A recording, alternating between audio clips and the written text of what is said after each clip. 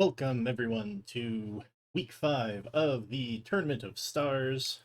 My name is Zane, casting the Ravens Regulars versus Historic Hook Swords, the championship match for Div H in this fine tournament. Looks like the duelists are locked up, and we will be getting into the 1v1, which is going to be Direwolf. For those of you who do not know, the Tournament of Stars Round 1 is a series of 1v1 and 2v2 fights. This week, the 1v1 is in the Direwolf Trial Mech on the Boreal Reach. Teams will be loading in shortly.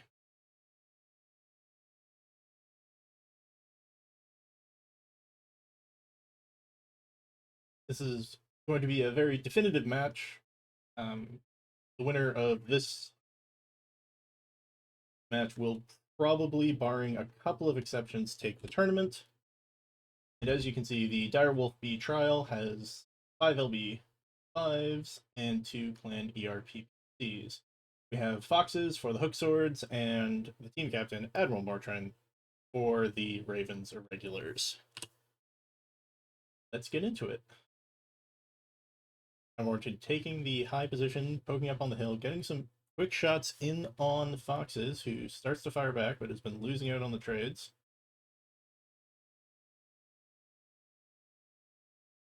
Looks like a pretty good target party. Let's just check that here.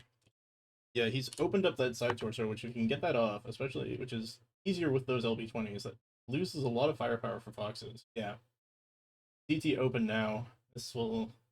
Don't think this poor Direwolf is long for the world. Yeah. Admiral Morton takes him out. Secures a point. A point as we move into the 2v2s.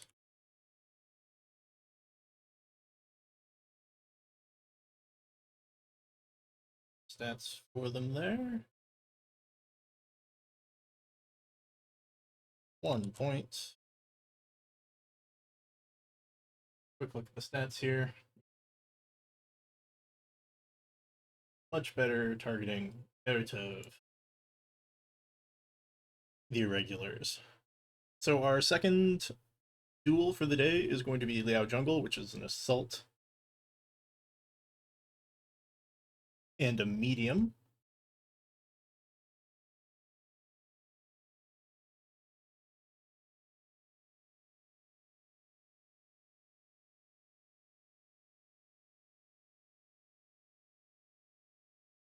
The map changed up here. So for the assault and the medium, I'll be honest with you, I'm expecting 145 tons. And more specifically, I'm expecting the Stone Rhino of some flavor to join a Shadow Cat as the mechs of choice.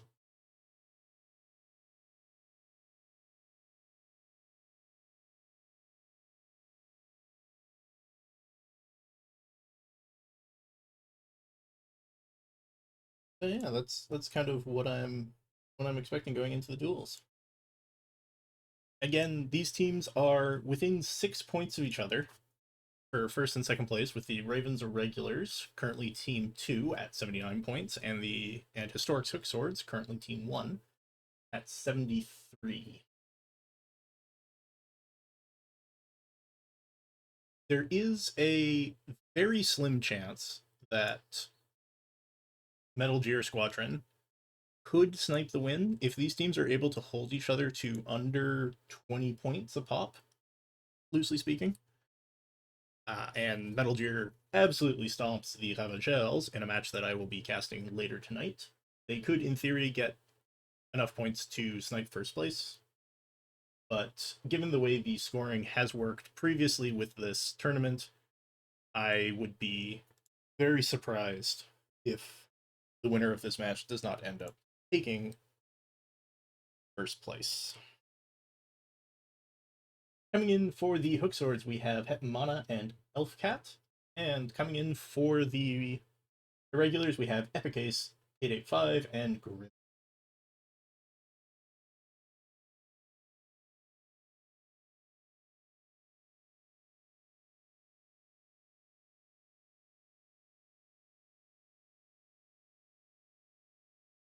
Team 1 has locked up on Liao Jungle. I'm generally expecting teams to push into each other. Pretty standard map. Notably, the hook swords locking in at 140 rather than the 145 I'm expecting. I was expecting. Means we're going to see a either not a 100-tonner or a later medium, which and both teams are locked. Let's get into match.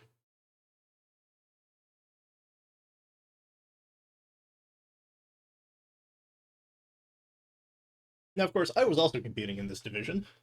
I was running the clan Saber Goose, and we are almost assuredly going to be in fourth. Uh, in the same way that Metal Gear can still snipe top spot, I think Gels may be able to catch us, but fairly unlikely.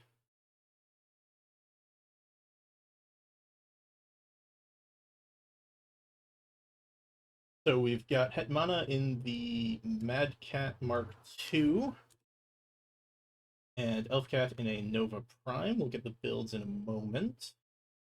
Then over on the irregulars, we have Epic Ace in a Highlander 2C and Grimloon in a Hunchback Alpha.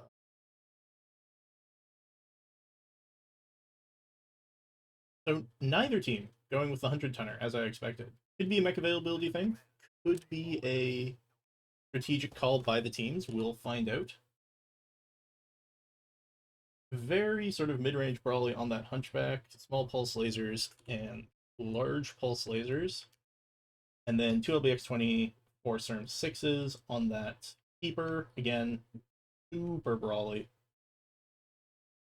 Elfcat is running 2 beam lasers, so going for more of a range trade, and 2 ER Meads and 2 AC-20s on that Mad Cat.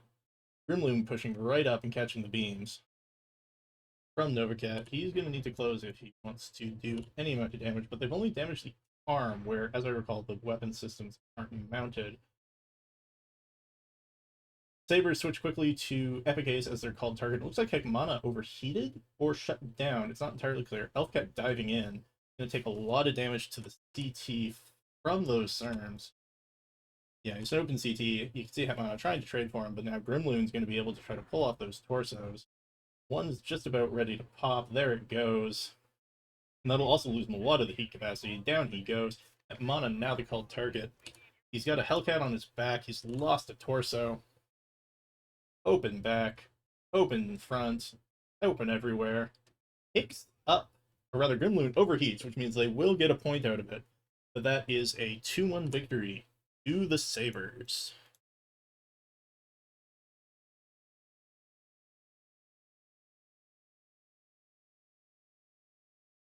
We publish the stats, do all the paperwork that we need to do.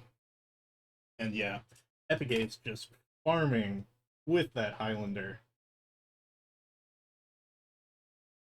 That'll do her. So that gets the Ravens regulars an extra point because they have technically won the first drop. But the Sabres can still pick up 2 points as we move on to Steiner Coliseum.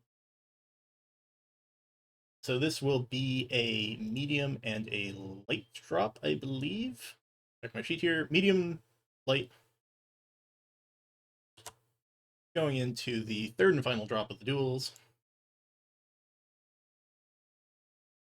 Yeah, been very quick drops so far, so proud of these teams. Oh, I forgot to change the time.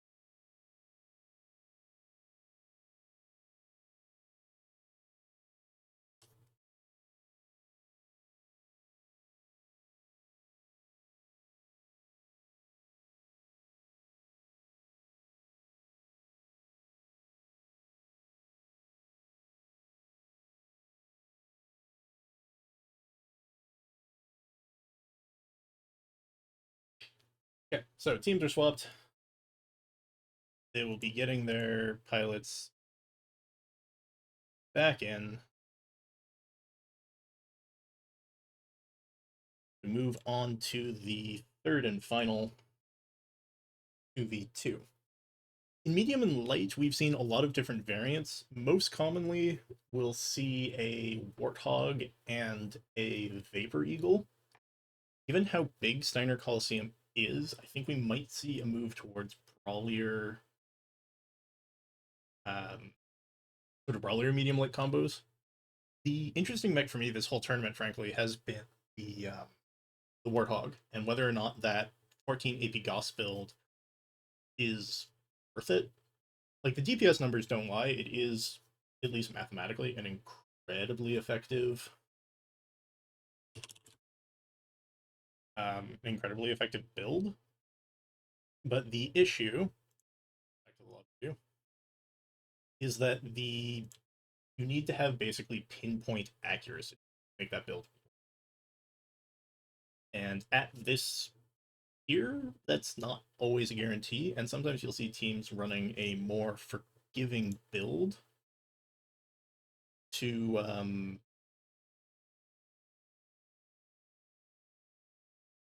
or a more forgiving build so that it's like you get at least a partial laser burn, you're still doing some amount of damage, whereas if you whiff 14 AP Gauss into a hillside, you've whiffed 14 AP Gauss hillside. There's nothing really you can do about that.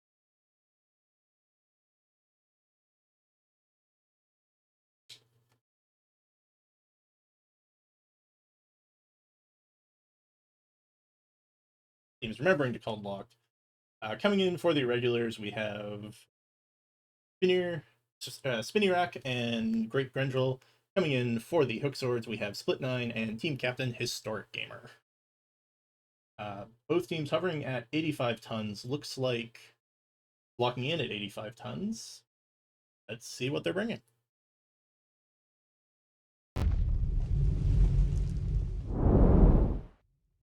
And in this loading screen, I would just like to, once again, as I do pretty much every cast, thank Mr. Bear for coming up with this tournament, and thank the MWO comp admins for running and organizing it, and getting us all of the lovely prizes. Not that we wouldn't do this without prizes, but it certainly makes it easier to convince people to do it.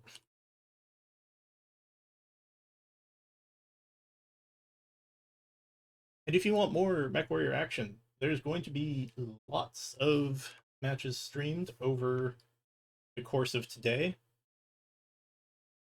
We have, I know at least for I'm casting, we have the other Div A match coming up at 4 p.m. Pacific, or in about 4 hours. And then we have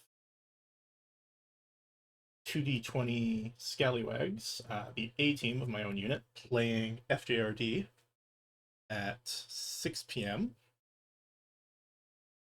Don't know why that frame.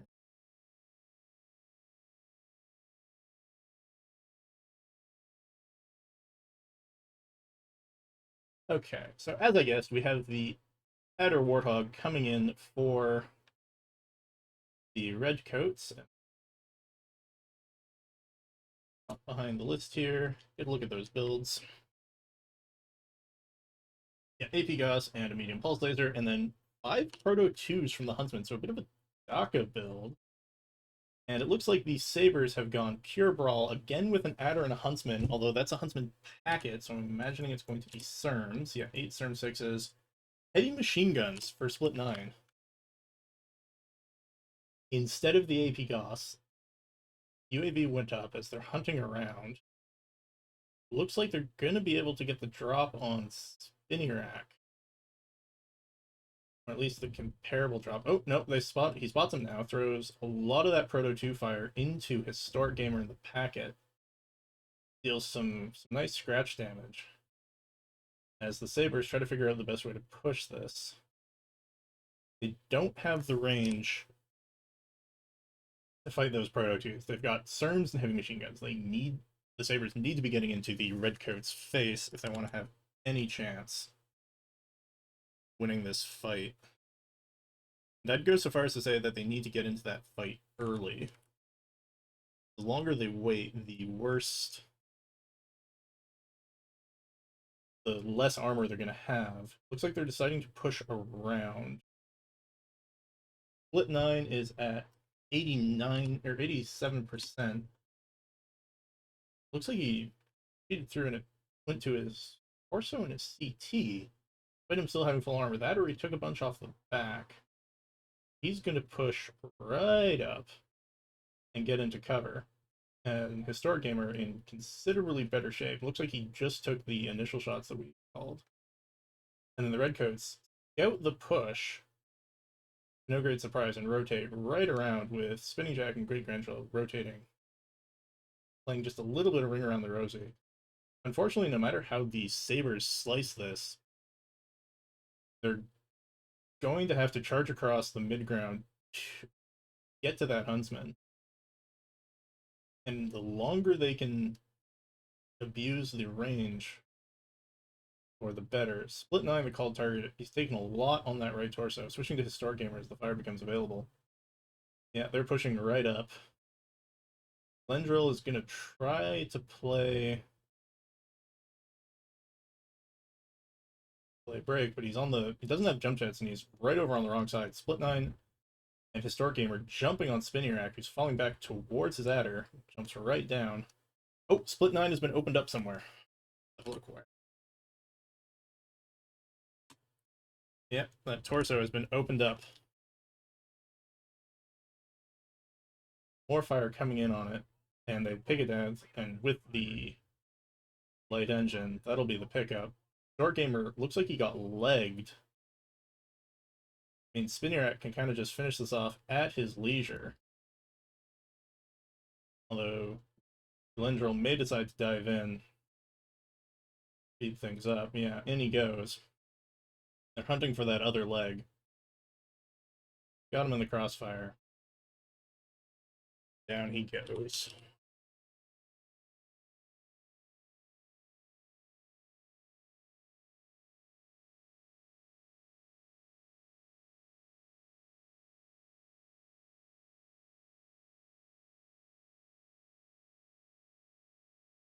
Okay. 330 damage out of that Huntsman B, 600 or 262 coming out of the Adder Warthog, and then keeping both Split 9 and Historical Gamer under 100. Very strong performance by the Irregulars as we move into Crimson Coliseum.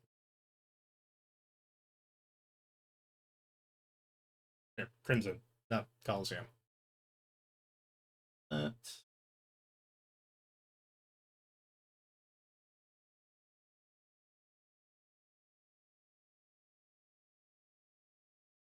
should be Crimson straight. Up to 15 minutes for match time.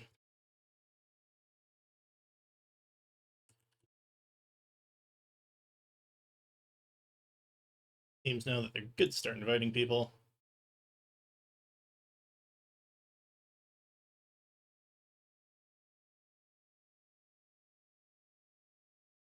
So yeah, pretty commanding start for the Irregulars. But I will say that we have seen teams turn it around, like do fairly poorly in the 2v2, but have really good coordination and focus fire in the 5v5s. So this is still very much anyone's match. As we move into the full star versus star combat, I'll just go over the format. Each drop has an increasing tonnage, so we start at 200 tons, then we move up to 275, then up to 375, and finally 450 for the fifth and final drop. Two of this week's drops will be on Crimson Straight. That'll be the 200 and 275 drop. And then we move to Polar Highlands for our heavy drops. It is a single point conquest, meaning that there is a single active cap point. In this case, it will be the Tango point. Yes, Point Tango.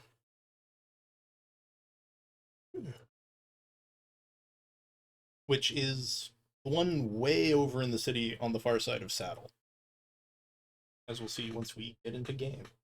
At 200 tons, I'm really not expecting anything other than speed brawl. You're averaging 40 tons a mech. It's really hard to do anything else at that light tonnage, both because you need to commit a certain amount of tonnage to range traders to have them work, but also everything that is that light tends to run fast enough that doing some sort of range or DACA trade just isn't effective. By the time you've poked out and tried to trade a couple times, the speed brawl deck is already in your face and starting the fight.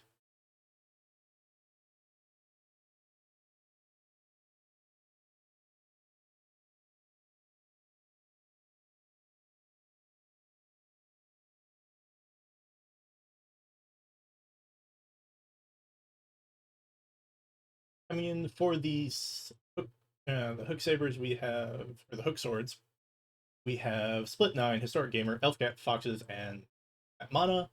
Coming in for the irregulars, we have Great Grendel, Admiral Moitrin, Grimloon, Black Virtue, and Spinny Rack.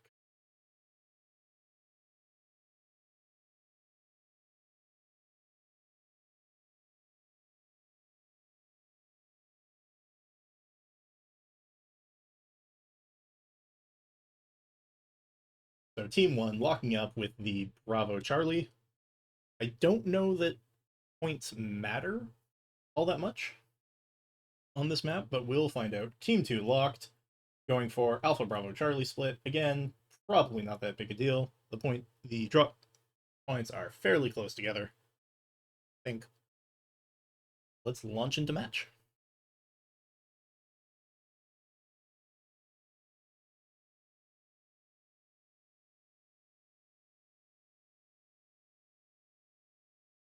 While we're in the loading screen, I'm just going to take this opportunity to explain the legend rule.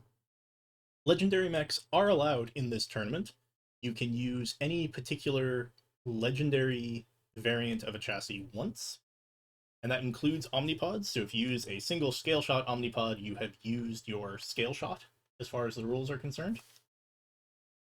Teams can drop any particular chassis, so adders, huntsmen, etc., no more than 4 times over the course of the 5v5 drops, and teams can only drop 3 legendary mechs total over the course of the 4 drop.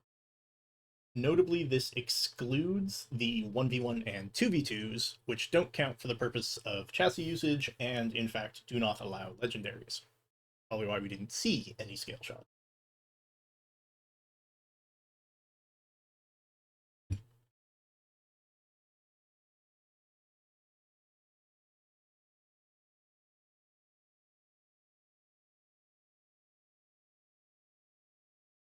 So just waiting on the teams to load in here, we can actually see the Leopard dropships sitting way out on the horizon there. And the Theta point, which teams will be fighting over, way over here, in this part of the Crimson City. Traditionally, we've seen the Team 1 side push kind of through these buildings here, possibly taking firing positions along this rail track. Oh, and the teams are loaded in. Let's go have a look and see what we got.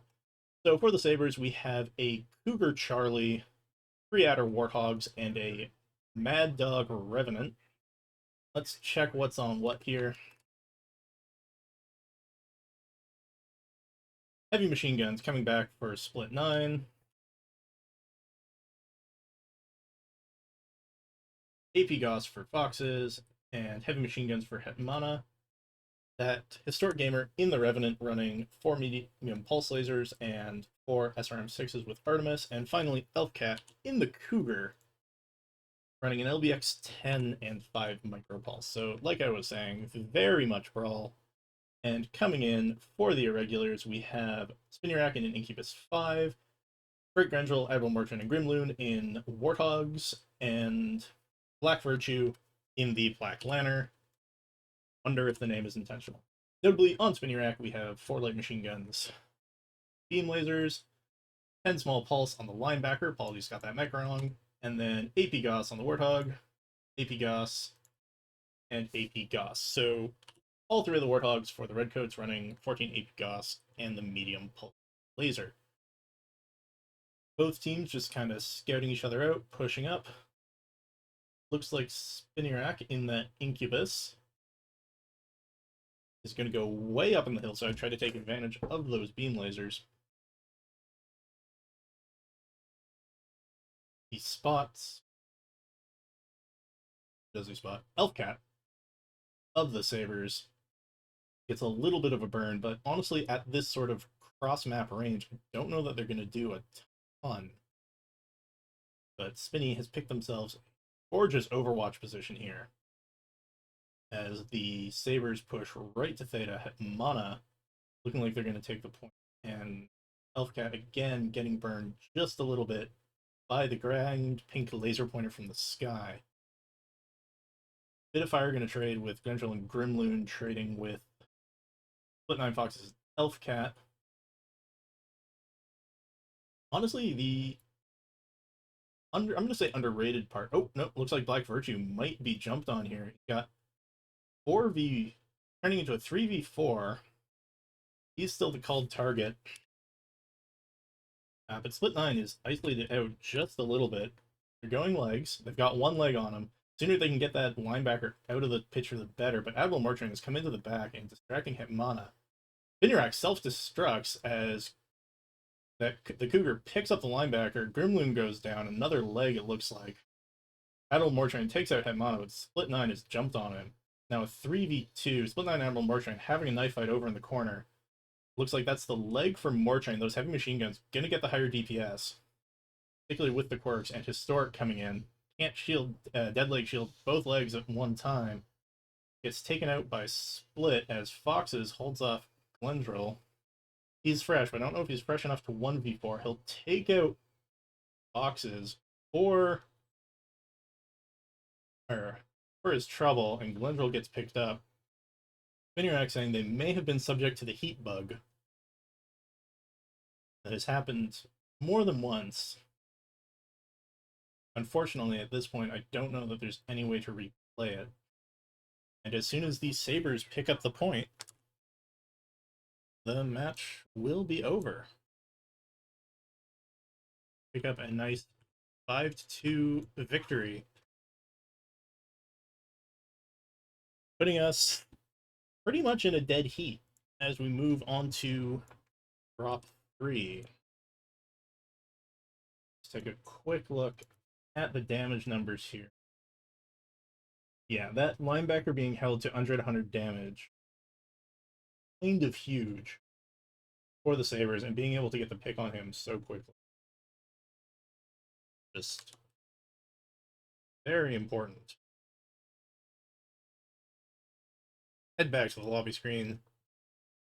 Let you guys see the points. These teams within 1 point of each other. Pop them up.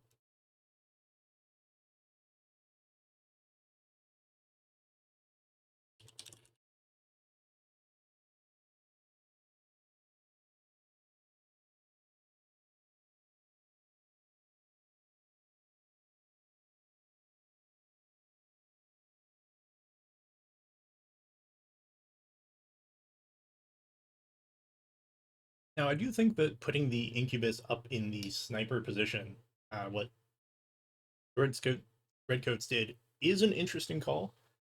I'd have to check the range numbers, but I can't imagine the beam lasers are 100% within their effective range there. But any amount of damage is enough to deny the point, and it would be an excellent position to sort of scout the eventual push, especially if you jump down and sort of move up once you know the lay of the land, so to speak.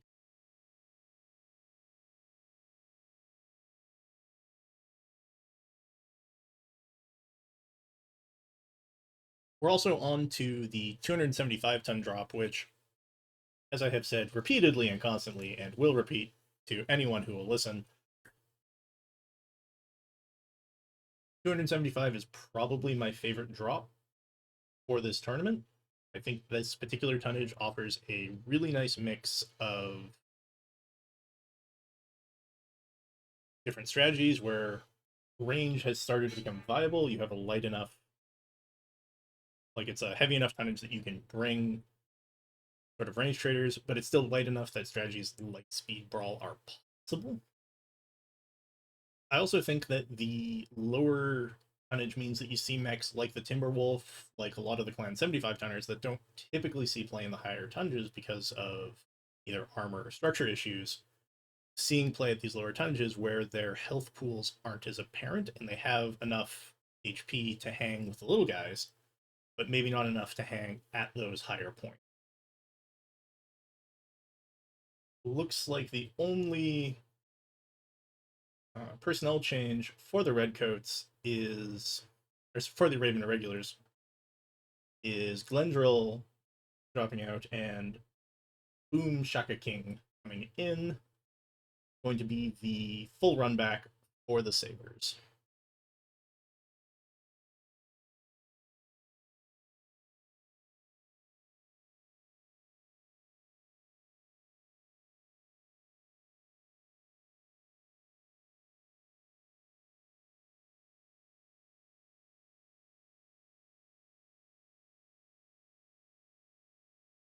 Both teams being very respectful in all chat, which is always good to see. As if you're interested in joining MWO Comp, if you stumbled onto this channel without being one of the people already in the MWO Comp Discord, there's a Discord. The link is in the channel cards down below, as well as to the various other MWO Leagues channels in the network. Join the Discord. If you play Micro Online, it's a great game. It's a bit old, but that means it runs on everything in a potato to what I would call competitively passable results. Free to play, feel free to join in, and if you're looking for a place to get started, joining the MWO Comp Discord is very much a good option. Team 2 has locked up. Let's get into my favorite tonnage.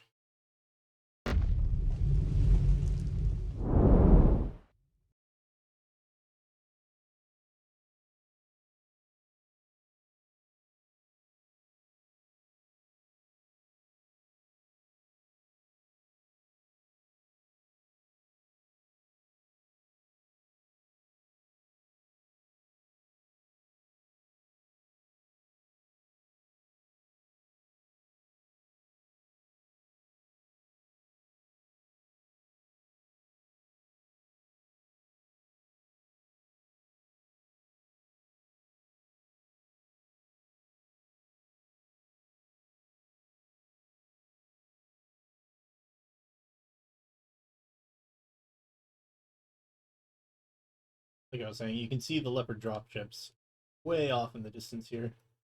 Fully modeled, which is probably why maybe the load times aren't the best, but no engine effects until they actually load in.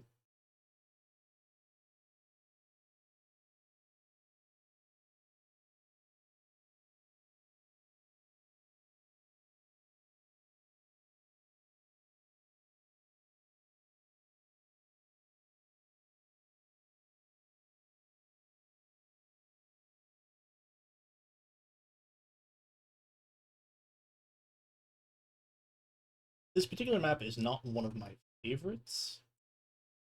Generally, I'm more a fan of the smaller maps that encourage falling. This is mostly because I'm far from the best shot, and I tend to enjoy that sort of strategy regardless. Oh, we have a possible hold called by Elfcat. See what teams do. In the meantime, let's look over the maps. Hold has been dismissed. So we have a Sun Spider Delta coming in for Spinarak. Let's build on that in just a moment. I'm guessing, though, that it's going to be, 3 Ultra 5s and the Proto 2, so not what I was expecting. The Summoner for Admiral Wartran running 6 CERM 6s and 3 Heavy Smalls. Then we have a Pride of Shadowcats Prime with a Heavy Laser and 7 AP Goss, a Papa with 3 Medium Pulse and 6 AP Goss, and then finally, Grimloon, let me click on you. There we go. 3 medium pulse and 6 AP Goss coming out for Grimloon, and they're scouting right up to the island. That's interesting. Coming out for the Sabres, we have Mana in the Arctic Wolf A. That's going to be a CERN bomber. We have Split 9 in the Huntsman. That's another CERN bomber. Historic Gamer in the Prime. I'll give you 3 guesses as to what's going to be on that Arctic Wolf, though. Oh, hey, look, it's CERMs. Elfcat in the Sunspider running 3 Ultra 5s. And bringing up the rear, we have Faxes in the Orion 2C with an LBX 20 and 3 CERM 6s. So very much a brawl build from the Sabres as they're going to go tromping right through saddle. But it looks like the Redcoats want to start the fight in the docks here. The Shadowcats are pushing right up, and looks like Spinnerack tried to get some good trade. Foxes is actually kind of isolated. He's slow enough that he hasn't been able to get to the saddle yet. So depending on his pathing, he may just get jumped on by the Shadowcats. Yeah, he is. It's 2v5. Interesting point. He's gone down to 82%. Those onions have a lot of structure. I don't think they have that much. He makes it up to the saddle. Have a look at the damage there. Spread pretty evenly across his front armor. Opened up the one torso with Admiral Martin right there. I don't know that he can push up. The Sabres may just have to turn around and fight this down the saddle, which is not a push anybody would really want to do. Problem is, for returning fire, they've only really got Elfcat in that Sunspider. Everybody else has terms.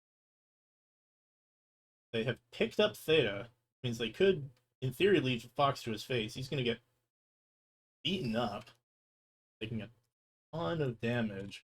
But now Split 9 is down in the hole.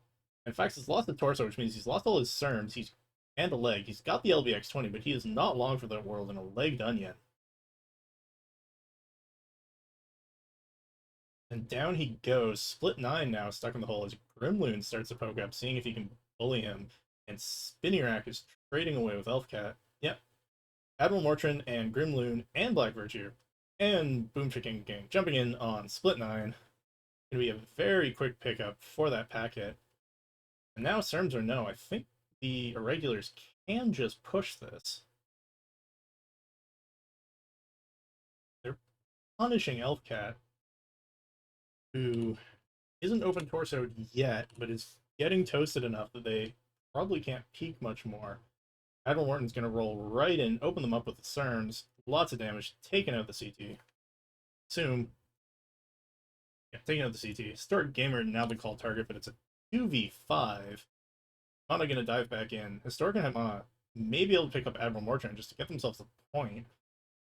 He's very beat up, taken down in that summoner. Mana selling his mech dearly. Looks like Grimloon is, or no, Boom Chicken Gang is called target, who self-destructs to gets himself the pickup. But both Historic and Hetmana just trying to get as many points as possible. As Grimloon picks him up, Historic's going to keep trying to pop turret, I guess. Spinnerack pushes up. But the 3v1 Arctic Wolf, that's beat up. He gets the leg off Black Virtue, and Grimloon will pick him up, giving us a 5-2 win for the Irregulars.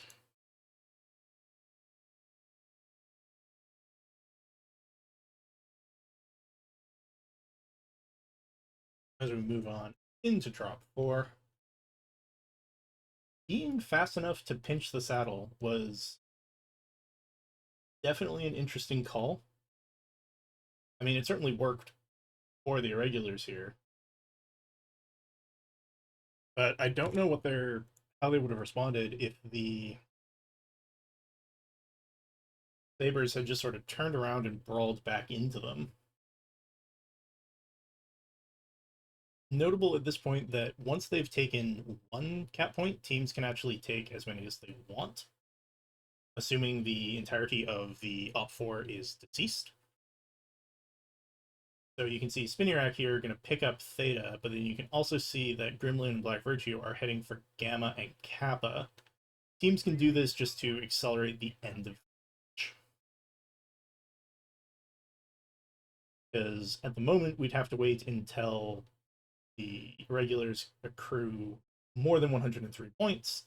I believe as soon as they take Kappa, it should auto end.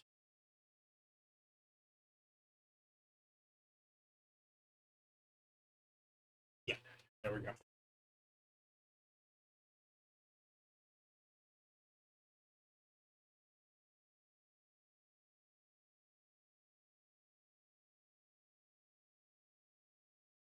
And we'll hit the published stats there.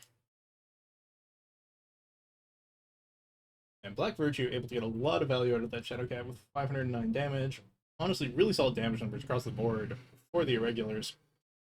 And both Split 9 and Foxes being held to under 100 in those very brawly max.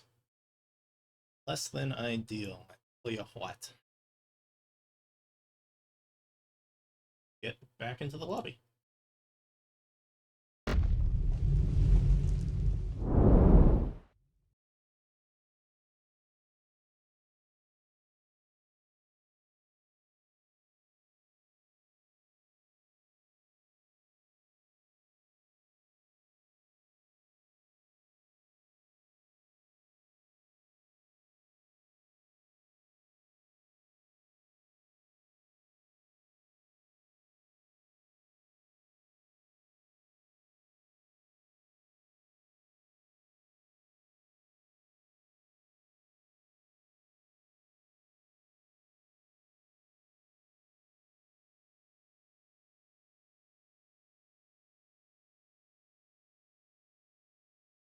That brings our point totals to 14 points for the Redcoats and 9 points for the Hook Swords.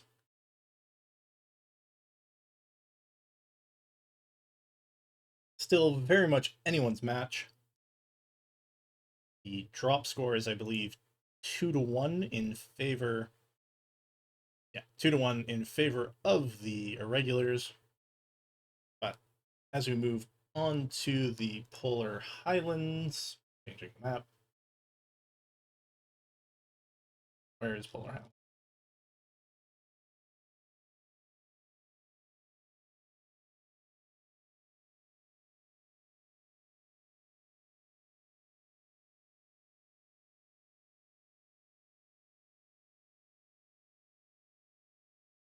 So the teams are up to 375 tons. Speed Brawl is still possible at this tonnage, I feel. We've seen teams do it with Executioners and Gargoyles, Executioners and Orions, Spirit Bears of various flavors. But with the size of Polar Highlands as a map, not expecting Speed Brawl. I'm expecting some sort of mid-range DACA push or what's called Giga Range, which is ER large lasers and Gauss rifles, PPCs, these sort of 1 kilometer plus ranged weapons.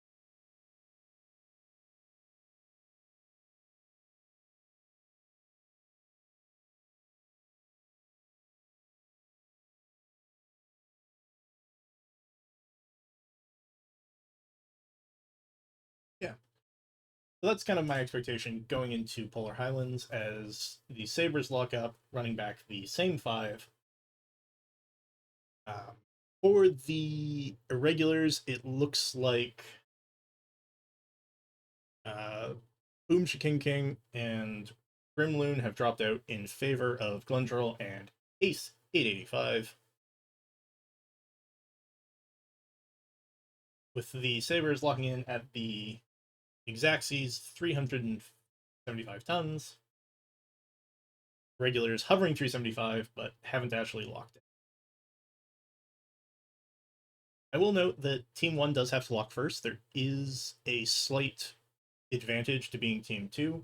Not so much in this tournament because the spawns don't matter, but in tournaments like the Industry Coalition, as the outcome looks up, being able to see your opponent's lock choices can actually affect how you deploy your own. your own mechs. And we will see this come up a bit more in the Championship Series, which is the upcoming tournament that we'll talk about after this match. So, Kappa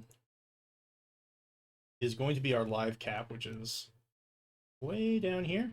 Teams will be spawning in roughly around the Sigma and Epsilon points.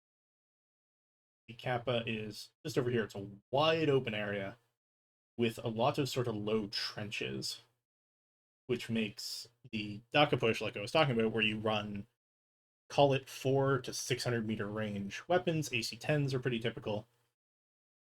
This sort of terrain favors that kind of push. We've seen in some of the matches that were cast earlier last week, which was a week off due to the various national holidays, that this point here, around this little watchtower, can be quite important. And then, of course, you can range trade here. You can, in theory, even like stand all the way over here, but that's probably a bridge too far. One weapon we haven't seen, and frankly I don't think we will see, but would be fun, is LRMs. This particular map, and this particular area of this map, has basically no vertical cover. So they'd be as effective as they ever are. The teams load in here. Coming in for the Sabres, we have Split 9 in the Gargoyle Delta, Elfcat in a Sunspider Delta, Hetmana in the Sunspider Delta, Faxes in that Orion 2C, and Historic Gamer in the Gargoyle Delta. The builds here, Small Pulse and ER Micros on those Gargoyles, LBX20 and CERMs on the Onion, and LBX2 on Hetmana Sunspider and 3 Ultra 5s on Elfcats. For the regulars, we have 3 Orion Alpha, or 2 Orion, yeah, 3 Orion Alphas and an Orion Charlie. The Orion Alphas are running an Ultra 20 CERMs and a small laser. Like, we'll just double check that on here. I can see up here. Oh, he's spicing up, running a conventional 20, but a plasma cannon. So a lot of brawl with a bit of range trade. The Admiral has 2 LB10s, 3 CERM 6s, and 2 heavy mediums. So again, going for that sort of mid-range. We have Black Virtue in the Timberwolf Sierra, running 6 ER Meads and 2 large pulse. And finally, we have Epic Ace in his own Orion running an LBX-20 cores. The Speed Brawl coming right in. Looks like they're going to hit Split 9, but they're taking a bit of fire from those Sunspiders as they push up. Split has taken a lot of fire to the CT, I'm guessing. No, just spread evenly across the armor. Great Grangel getting it in return. Elfcat now getting jumped on by Epic Ace. They're running the wrong way. They're running into the rest of the Redcoats. As Split 9 is taken very, very low. Artie Strike. But Elfcat gonna get finished off here. Just surrounded by those Orions. Foxes starts to take damage. Split 9 at 58%, probably open somewhere critical. Yeah, open right torso and left CT, and then in return, the Redcoats are very fresh, with the exception of Glendril in that Onion, who is missing a leg. Epic Ace now trying to return the favor, dives into 4. Admiral Morton will pick up Split 9, but they will pick up Epic Ace in return. Admiral's pushed up. Looks like he got legged. Hetmana now popping up. He's got Spinny Rack behind him. Very, very messy fight.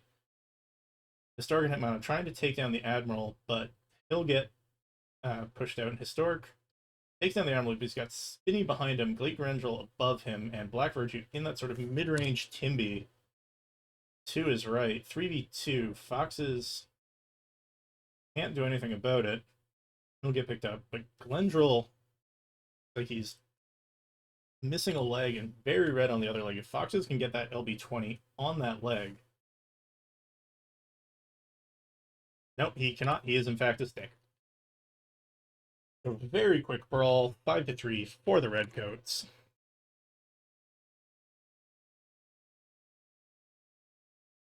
Sorry, 5-2 in favor of the Redcoats.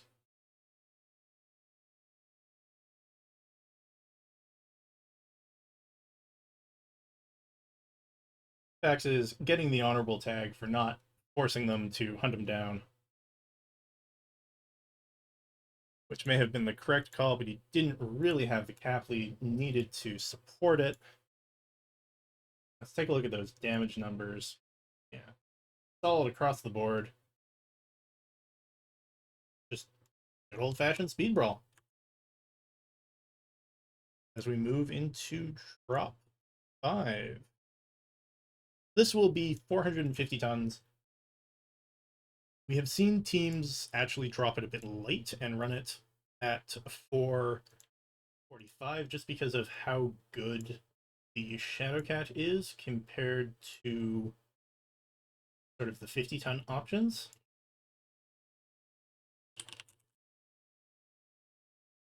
But yeah, let's see what these teams settle on as we move into drop 5. While we're in our sort of intermission time here, let's talk about Championship Series, our next upcoming tournament. The Championship Series, unlike the various player-organized tournaments that we've had going on up until now, is run entirely within the MechWarrior Online client. You may notice, coming up shortly, there will be a competitive queue popping in the client. The format is 8v8 Conquest, where, assuming it's run like similar years, we will only be able to use one of any particular mech in each drop, and there will be weight class restrictions, meaning you can't run you can't run 8 assaults, for example. You'll have to, typically it's 0 to 3 of each tonnage. The thing is, 8v8 with 5-point conquest means that you have what's sometimes called plaid brawl or abstrats coming into play. So teams focusing on holding enough points that they win on score and not necessarily wiping their opponent's drop deck. Which, if you're on the receiving end of good capstrat, it's very frustrating to play against and very difficult to do well. It requires really strong map knowledge, really strong map movement. And that's what we have looking forward to coming up for the next tournament. Casting for that one is also going to be a bit rough, just because there's no way for us to do what we're doing here, where we have casters such as myself in a spectator slot running the lobby, because, you know, there is no lobby, it's all through the client. You will generally see teams broadcasting their perspective, so that'll be something to look forward to. And honestly, if we got the means to cast it, we will absolutely try to.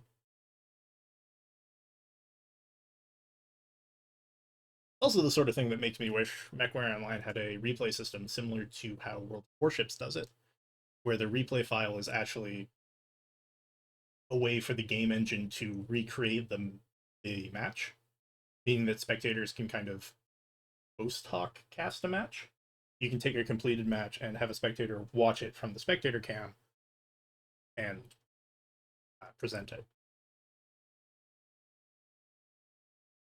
Oh, right. That's the last big change. Unlike these tournaments, which are variants of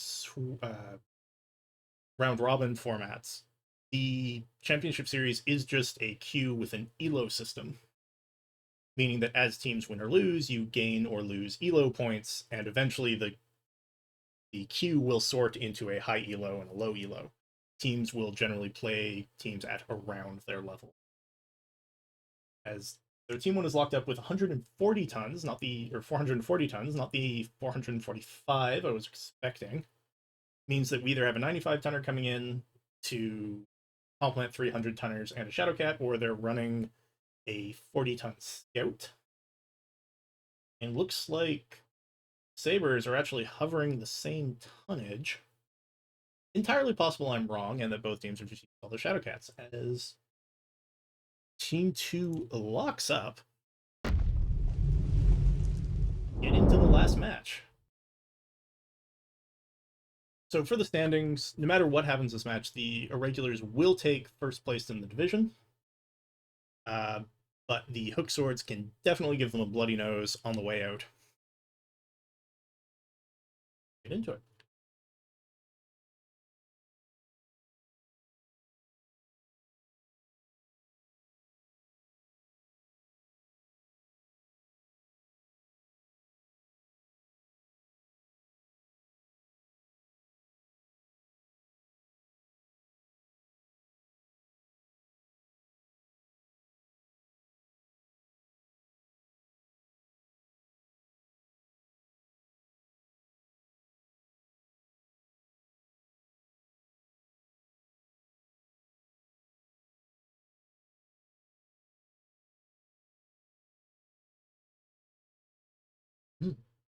There's some special rewards for top 12. Last year, the teams that came in top 12 in the championship series actually got their logo added to the game as a special unique decal that was given out to the members of said teams.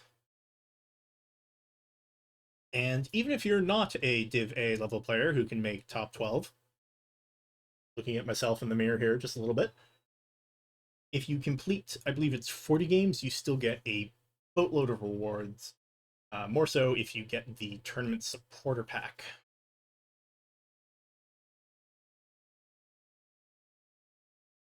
So, lots of good reasons to participate in the championship series, even if you're not um, A team material, shall we say. So, coming in for their codes, we have a bit of a pick and mix pack. We've got two Direwolf Ultraviolets running AC5. One was running AC5s and something else. One's running 8 AC2s. Let's just double check what's on Spinirax Ultraviolet here. 5s and Proto 2s.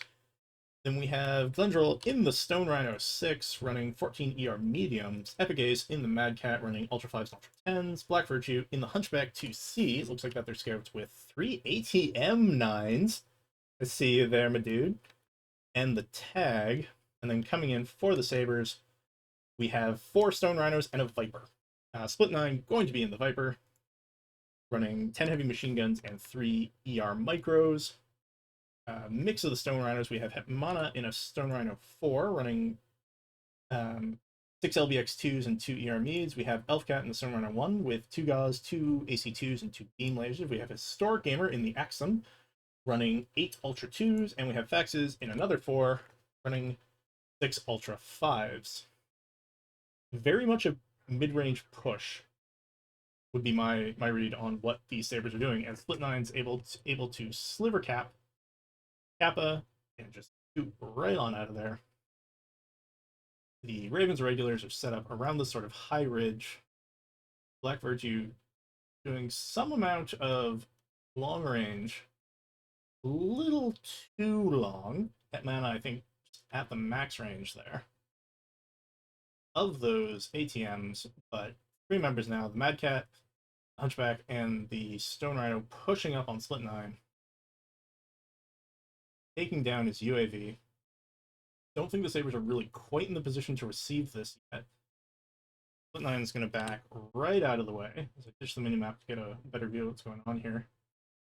Stone Rhinos are firing away. It looks like they've caught a bit of fire onto Glendril, taking some in return. Split 9 going to get smacked for his trouble. Black Virtue and Glendril pushing right up. The Artie Strike team's Boomshiking pushing up. Oh! Elfcat looks like they got headshot. That's the only reason I can think of that a Stone Rhino would go to 75%. Still, this fresh into the game. No! Something took out their, really heavily damaged their right, or their left torso. I know historically there's been an issue in the game where sometimes projectiles will clip into a mech and actually count as having been shot from behind. Don't know that that's what happened here, as Glendril is traded back on now. And the 3 traders, Glendril, Boomshiking, and Black Virtue, taking a lot of damage. But overall, the percentages in the Redcoats' favor. Glendril takes another burn from the Stone Rhino. And the Stone Rhino as well, though, so he can weather that trade. Oh, loses an arm. Loses him some of his firepower. Looks like Split 9 is just kind of buzzing around, being a light mech, getting Spinny Rack in that Ultraviolet, and Epic Ace in the Mad Cat turned right around as Faxes and Mana pushing it up. Glendril's still getting traded on, taking a lot of damage. Elfcat winning those trades despite trading 2v1, it looks like. Spinirac takes a lot of Ultra 2 fire from Historic. Gets some in return. Looks like they're going for a wide flank. Yeah, I have to assume that's what they're going for. Glendril now taking fire, takes down Elfcat. They're pushing up. They might be able to roll Historic in that Axum. Ultra 2s versus lasers, though, that's not really a push you want to take. Then again, you do have the Direwolf behind you. Those AC2s. Spinarak takes down Hitmana on the far side. Looks like I missed that fight. Jump in on the light fight here. Split 9, very beat up, diving in on Black Virtue, taking advantage of the minimum range of the ATMs. As long as he stays within 90 meters of that Hunchy, he can't be taken out. Spinarak picks up Historic on the far push.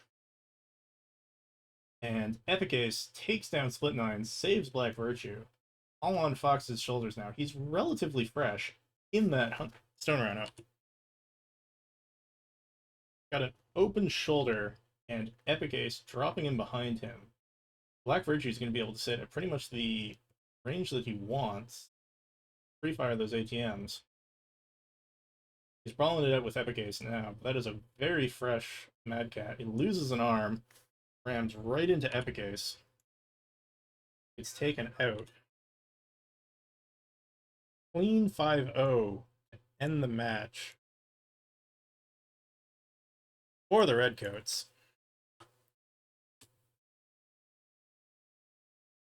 So Redcoats pushing themselves well and truly into first place here in the Hotel Division. Spinarak earning themselves a incredible 811 damage. Not the top damage in the game, though. That particular award going to Historic Gamer with 835 in the action. I have been 2D20 Zane. This has been Tournament of Stars, Season 3, Week 5. The finals of Division Hotel.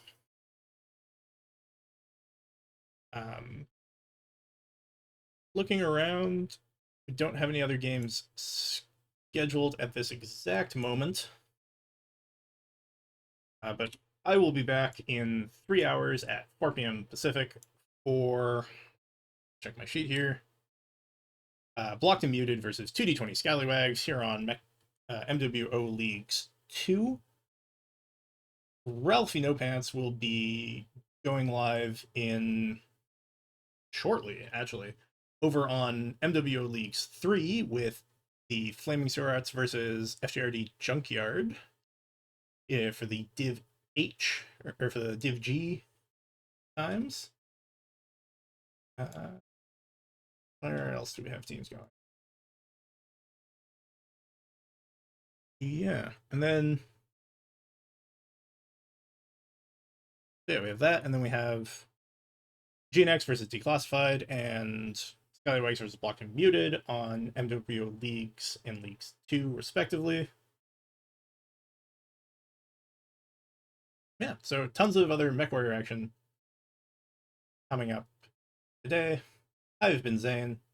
This has been delightful. I will catch you guys around. Bye.